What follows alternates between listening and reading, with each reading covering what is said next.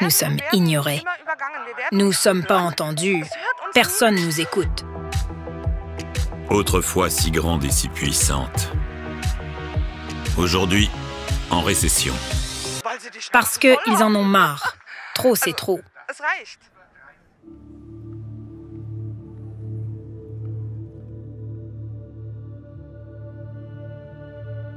Après ma visite à Londres chez Grace Blakeley, le chemin de la mutinerie me mène à Berlin, en Allemagne. Autrefois si grande et si puissante, elle est aujourd'hui en récession.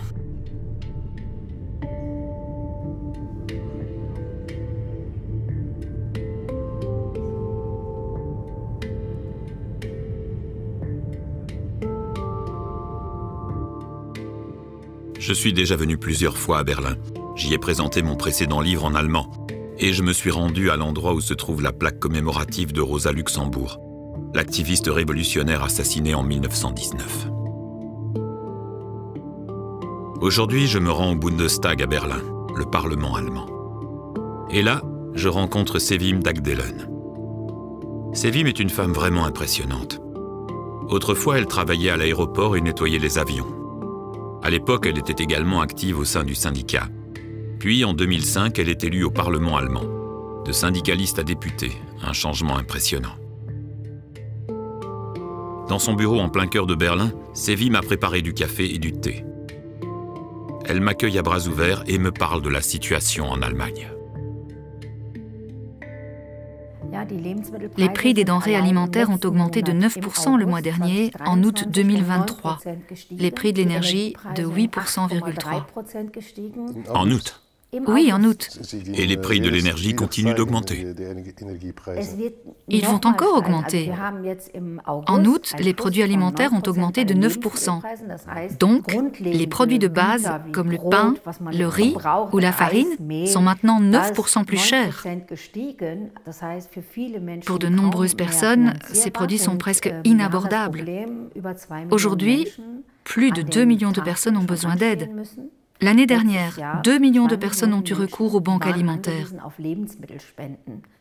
Nous constatons un fort appauvrissement d'une grande partie de la population. Ils ne peuvent plus se permettre grand-chose en raison des hausses de prix.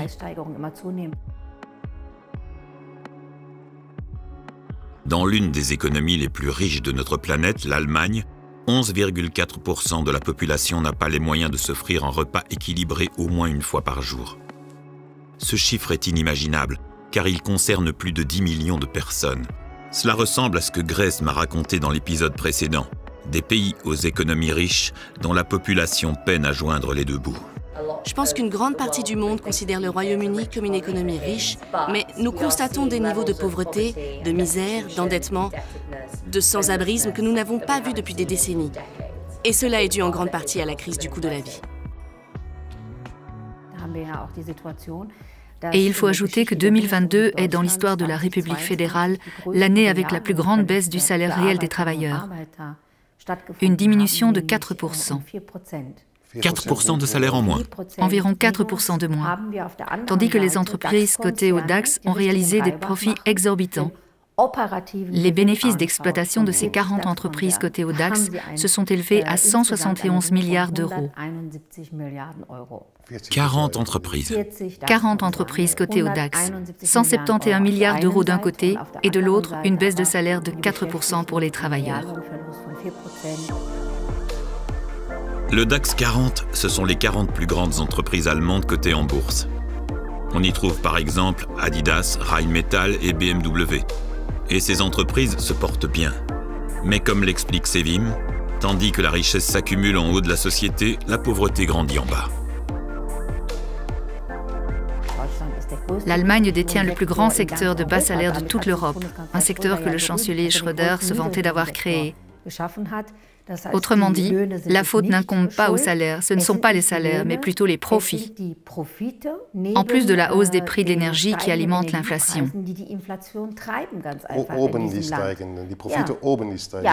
Oui, ils sont supérieurs à la moyenne. C'est cela et la hausse des prix de l'énergie qui font grimper l'inflation, pas les salaires. Le salaire minimum légal est de 12 €. Des millions de travailleurs allemands vivent donc dans la pauvreté. 12 € de l'heure, ce n'est pas assez. C'est ce que dit aussi le gouvernement. Si nous lui demandons combien doit-on gagner par heure pour être au-dessus du seuil de pauvreté, le gouvernement répond 13,50 € ou quelque chose comme ça. Le salaire minimum revient à une misère. C'est tout simplement absurde. Nous constatons que le chancelier Scholz ne défend pas les politiques sociales. Il échoue car il met en œuvre des politiques qui appauvrissent les gens. Regardez son augmentation du salaire minimum d'environ 40 centimes d'euros. Cette somme ne permet même pas d'acheter un sandwich en Allemagne.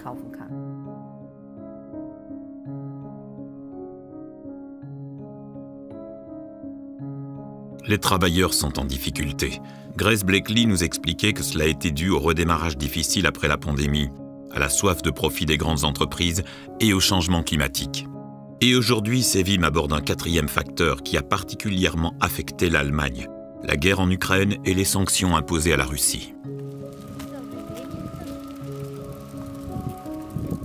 Pour comprendre cela, partons de BASF, le géant de la chimie en Allemagne. Pour mon livre, j'ai discuté avec Liam, employé chez BASF Ludwigshafen comme opérateur de production. Le gaz est la base pour BASF, m'a expliqué Liam, parce que le gaz fournit à la fois l'énergie nécessaire à la production et sert de produit de base pour fabriquer par exemple de l'ammoniac. Depuis la Seconde Guerre mondiale, BASF a toujours travaillé avec du gaz russe bon marché. Puis, après l'invasion illégale de la Russie en Ukraine en février 2022, des sanctions ont été imposées contre la Russie. L'importation de gaz russe bon marché a été bloquée. Du coup, BASF a dû acheter son gaz ailleurs, beaucoup plus cher. Les particuliers ont vu leurs factures grimper en flèche et BASF, ses bénéfices diminuer. C'est la réalité. De nombreux instituts économiques, dont l'Institut économique allemand, affirment qu'il y a une menace de désindustrialisation en Allemagne. BASF en est un exemple.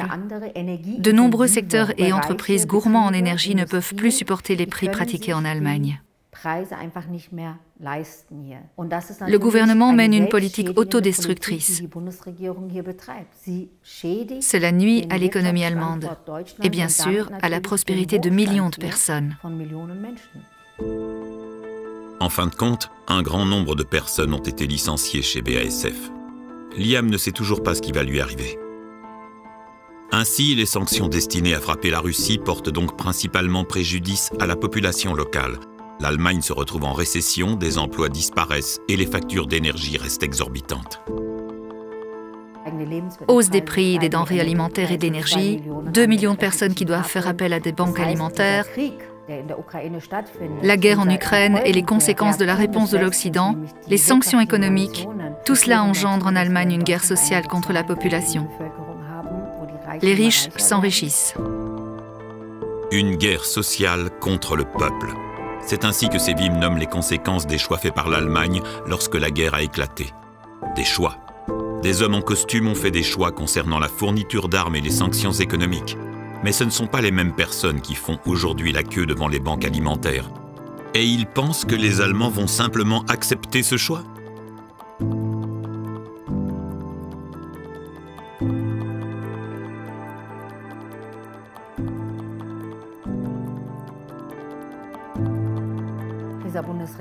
Ce gouvernement ne représente que des intérêts spécifiques.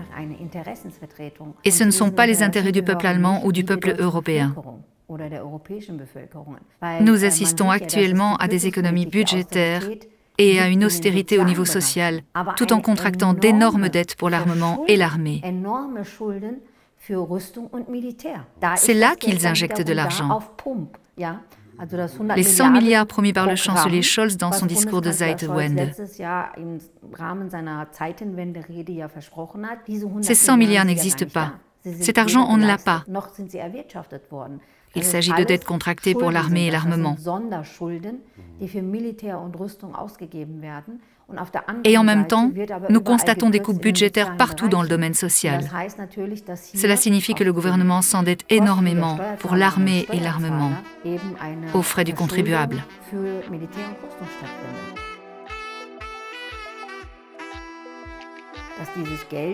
Le fait que cet argent ait été trouvé si rapidement montre une volonté de s'endetter pour le secteur militaire, mais pas pour la politique sociale. Il ne s'agit pas seulement d'une guerre par procuration, mais aussi d'une guerre sociale contre la population. Actuellement, le Parlement allemand discute du budget. Dans ce budget, la coalition Feu tricolore a fait quelque chose d'unique au monde, quelque chose d'incroyable, entre guillemets. Elle a augmenté le budget de l'armement et de l'armée à 85,5 milliards d'euros pour répondre aux critères de l'OTAN. Cela représente une augmentation de 32 milliards. C'est une augmentation de près de 25%. Ils ont augmenté les dépenses d'armement et militaires de 25%. Sur une base annuelle? Évidemment. Pour l'année prochaine. C'est pour l'année prochaine. Depuis que la coalition Feu tricolore est au pouvoir, depuis 2021, le SPD, les Verts et les libéraux, dans ce gouvernement, ont augmenté le budget pour les armes et l'armée de 37%. Depuis qu'ils sont au pouvoir, nous avons maintenant un budget qui alloue 85,5 milliards d'euros à l'armée et l'armement, alors que nous vivons dans un pays où 25% des enfants de 10 ans, c'est-à-dire un quart des enfants allemands de cette catégorie, ne savent ni lire, ni écrire, ni calculer correctement. Tant d'argent pour l'armement. C'est invraisemblable. C'est principalement l'OTAN qui fait pression en ce sens, explique Sevim. L'OTAN est l'organisation du traité de l'Atlantique Nord, la plus grande alliance militaire au monde. Elle est dirigée par les États-Unis. L'OTAN a été créée pendant la guerre froide, lorsque les États-Unis et l'Union soviétique s'affrontaient. L'Union soviétique a disparu en 1991, mais l'OTAN est restée en place, soi-disant en tant qu'organisation défensive. Mais les guerres menées par l'OTAN en Afghanistan, en Irak et en Libye ont montré le contraire. L'OTAN exige désormais que ses États membres consacrent chaque année au moins 2% de leur produit intérieur brut à la défense. 2% de toute leur richesse annuelle. Cet argent ne va donc ni à l'éducation, ni aux soins de santé, ni au logement. Les États membres de l'Union européenne sont donc pris entre le marteau et l'enclume. Ils doivent consacrer de plus en plus d'argent aux dépenses militaires et en même temps réduire les dépenses sociales. Le BAföG a été créé pour les élèves issus de familles à faible revenu. Les élèves reçoivent une bourse BAföG pour acheter des livres ou d'autres choses dont ils ont besoin. Cette bourse, destinée aux élèves, a été réduite de 27 à 28%. Donc, 85 milliards d'euros pour les dépenses militaires, une augmentation d'environ 25% a été allouée, alors que le BAföG pour les enfants est réduit. Le Muttergenesungswerk, qui vient en aide aux jeunes mères, est réduit de 93%. Les centres de vacances pour les jeunes sont réduits de 93%. Pareil pour les centres de vacances destinés aux familles à faible revenu. La classe travailleuse est touchée. Avec ces restrictions, vous financez le budget de la défense. Et la raison est, bien sûr, la guerre en Ukraine. On ne peut dépenser un euro qu'une seule fois. Vous le dépensez pour la bourse BAföG des étudiants, pour les centres de formation des jeunes, pour les soins postpartum, pour le BAföG ou pour les familles, ou alors pour les armes et l'armée, pour les munitions, les chars, les avions de chasse, etc. Et c'est absurde. Bon nombre de ces économies impactent le contribuable allemand. C'est une guerre sociale extrêmement cruelle. La guerre coûte de l'argent.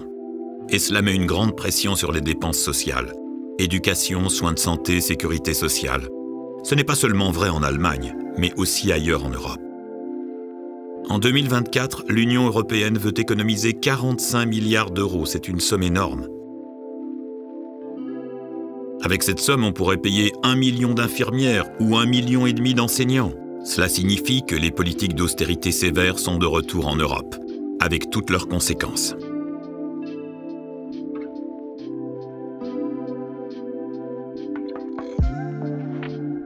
De manière globale, de plus en plus de personnes adhèrent aux syndicats.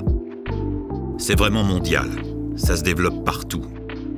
Ici à Berlin, je rencontre des responsables syndicaux d'Amazon pour faire le point. Nous buvons un verre au pavillon Weltwirtschaft au bord de la Spree. Je les ai rencontrés à Manifesta, notre festival annuel de solidarité à Ostende. À ma grande surprise, ils m'ont dit que leur voyage à Manifesta s'était déroulé sans accroc. En Belgique, le voyage en train s'est déroulé sans problème, m'ont-ils dit. Chez nous, en Allemagne, la situation des chemins de fer est bien plus problématique. Je ne m'attendais pas du tout à cela, car dans mon esprit, l'Allemagne était le pays de l'efficacité, le pays où tout part à l'heure et arrive à l'heure. Eh bien non, les coupes budgétaires en cours ont jeté ce cliché à la poubelle. Prenez le train une fois en Allemagne et vous verrez. Vous aurez de la chance si vous arrivez à destination, sans parler du quand et du comment on y arrive. Par exemple, quand il fait chaud, la climatisation ne fonctionne pas. Et en hiver, le chauffage ne marche pas. C'est très fréquent avec la Deutsche Bahn. Regardez les retards, les ponts défectueux, les routes en mauvais état. Et dans les salles de classe, le plâtre se détache des murs. Quand j'entre dans une école allemande, je n'y vois que de la tristesse, de la pure tristesse. On n'a pas envie d'aller aux toilettes dans une école primaire ou secondaire, parce que tout s'effondre. Et cela est dû à des politiques qui se concentrent uniquement sur une croissance explosive des dépenses militaires et négligent d'investir dans notre infrastructure. Tout le monde le sait pour les chemins de fer et l'éducation. Mais il y a un autre grand problème, les hôpitaux. Le système de santé allemand est au bord de l'effondrement.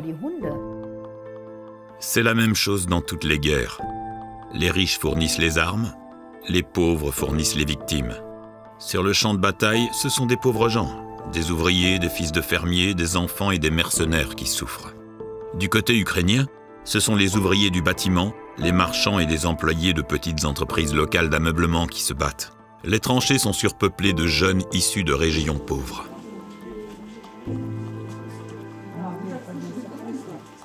Du côté russe, c'est la même chose. Les jeunes soldats viennent des régions les plus pauvres de la Fédération de Russie. On n'y voit pas les fils de l'élite russe. Ce sont des gens ordinaires qui mènent la guerre sur le champ de bataille. Et ce sont les gens ordinaires qui en subissent les conséquences à la maison. La guerre est payée par l'austérité sociale. C'est pourquoi il est crucial que les mouvements pacifistes et les syndicats opposés à la guerre ne se laissent pas intimider et exercent davantage de pression contre la guerre sociale, dirigée contre le peuple. Ne vous laissez pas intimider, dit Sevim. C'est crucial car l'adversaire ne recule devant rien. Pendant des années, l'élite a fait des courbettes au président russe Poutine.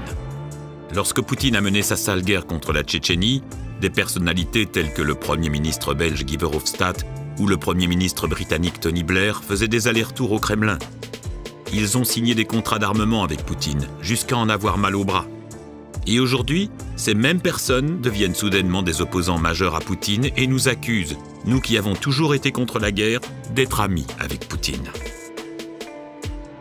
On dirait que dans ce Parlement, Poutine a des alliés.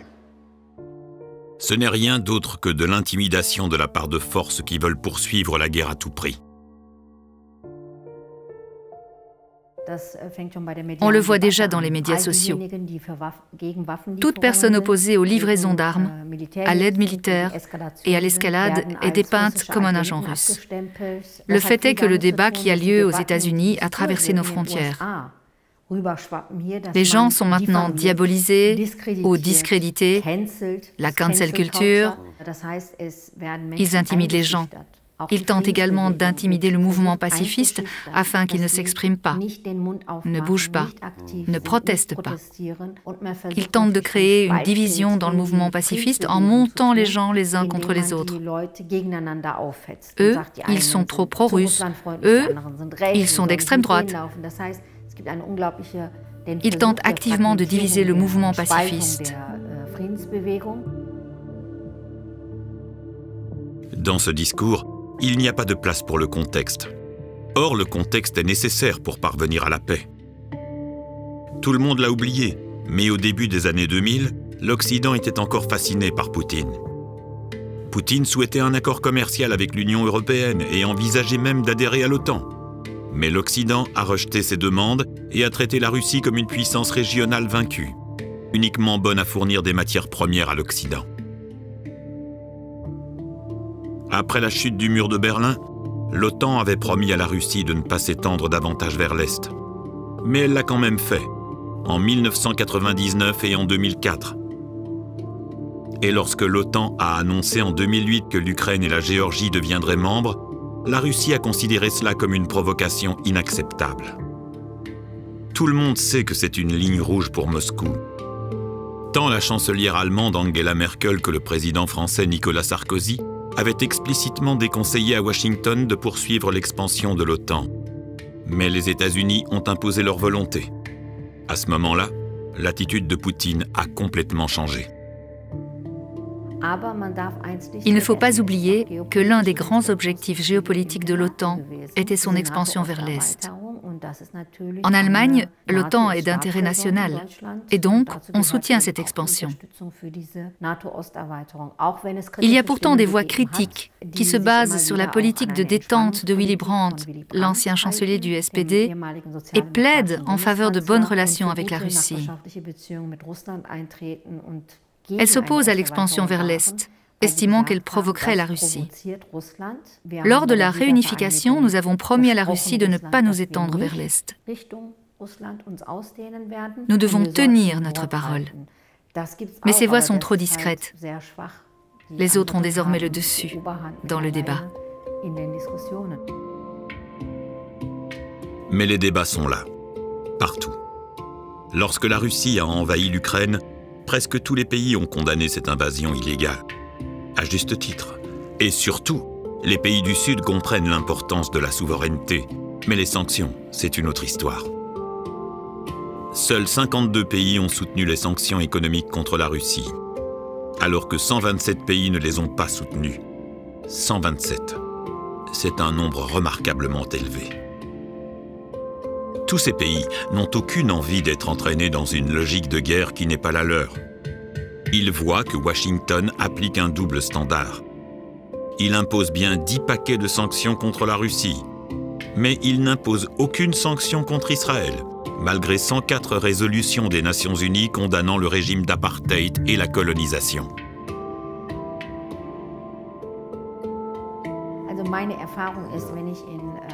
Lorsque je vais en Amérique latine, en Afrique ou en Asie, je constate que ces pays en ont assez de l'Occident. Ils en ont assez. Pourquoi? Ils en ont assez de l'Occident à cause de l'énorme double standard. Je vous donne un exemple. Il y a 20 ans, les États-Unis et d'autres pays ont attaqué l'Irak. Ils ont bombardé le pays. Plus d'1 million de personnes ont été tuées. Le pays souffre encore de cette guerre illégale. Notre gouvernement, et en particulier le ministère des Affaires étrangères dirigé par Annalena Baerbock, des Verts, affirme qu'il ne peut pas le condamner en vertu du droit international. Ils ne veulent pas le condamner. Le double standard et l'hypocrisie sont énormes. Ils n'évoquent le droit international que lorsqu'il n'affecte pas les alliés ou l'OTAN. Lorsque des membres de l'OTAN bafouent le droit international, torturent des prisonniers ou détiennent des prisonniers à Guantanamo, ils gardent le silence.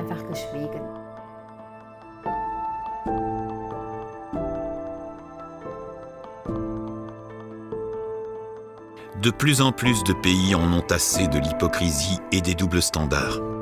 C'est pourquoi ils ne se sont pas joints aux sanctions contre la Russie. Cela a été un choc énorme pour Washington. Fiona Hill, par exemple, ancienne membre du Conseil national de sécurité des États-Unis, s'en est indignée. Et elle a qualifié cela de mutinerie. Selon elle, ce vote était une mutinerie et une rébellion. C'est d'ailleurs de là que j'ai tiré le titre de mon livre et de ma docu-série, La mutinerie croissante contre les ordres de Washington. Ces pays ne veulent plus avoir de lien avec l'Occident en raison des doubles standards. Et maintenant, ils ont l'alliance des BRICS.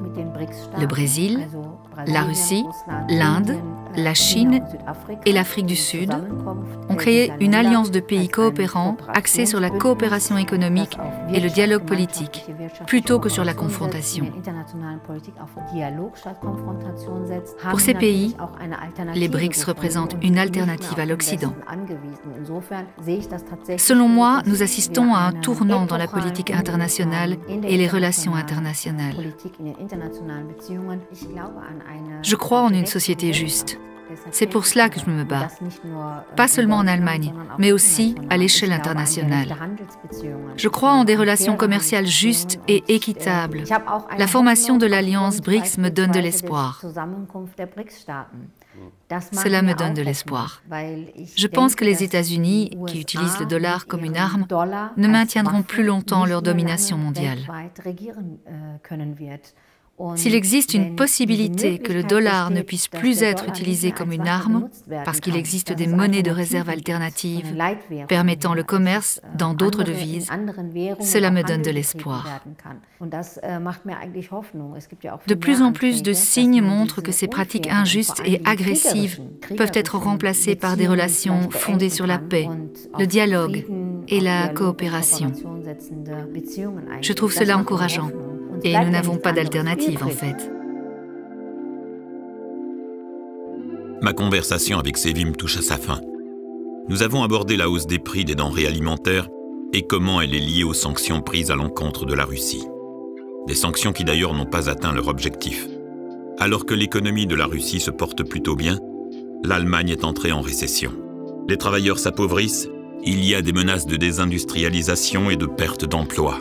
Nous avons également parlé de tout l'argent qui va à l'achat d'armes, au lieu d'aller aux hôpitaux et à l'enseignement. Une guerre sociale contre le peuple, comme l'a si bien dit Sevim.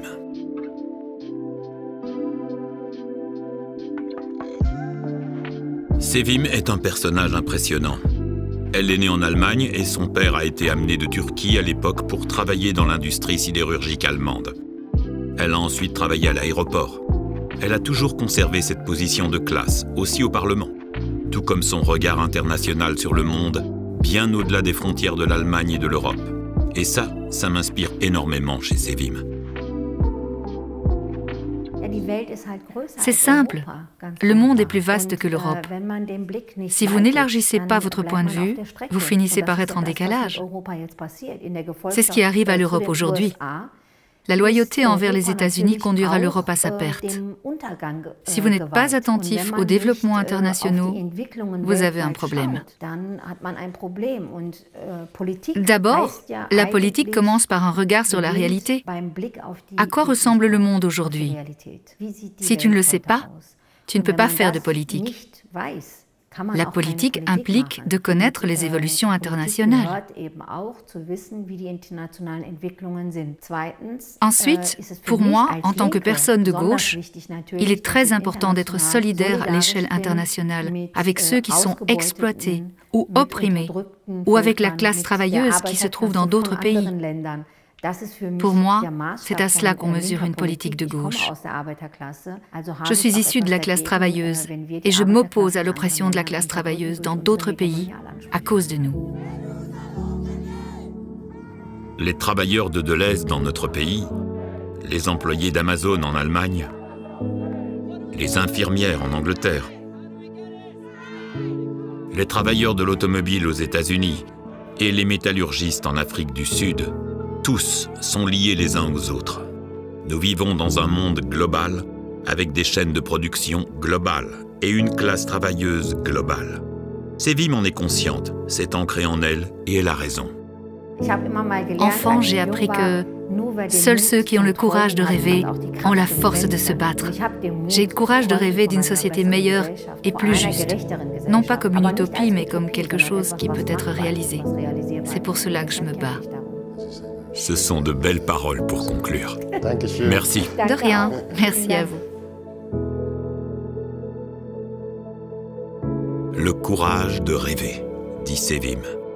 Quel mot. Le soir, je me promène dans Berlin et je repense à ces mots. Il faut avoir le courage de ne pas se résigner à la situation actuelle. Il faut avoir la force de défendre ses convictions. La force de conviction, ça, c'est Sevim. Et c'est le cas de tant d'autres personnes. Notre monde est façonné par le travail et l'engagement. À Londres et à Berlin, j'ai pu parler à Grèce et à Sevim de la mutinerie dans le Nord. J'ai entendu dire que la situation n'était pas différente dans le Sud. Et ça, je veux le voir de mes propres yeux. Le chemin de la mutinerie me conduit à Johannesburg, en Afrique du Sud, pour le prochain épisode.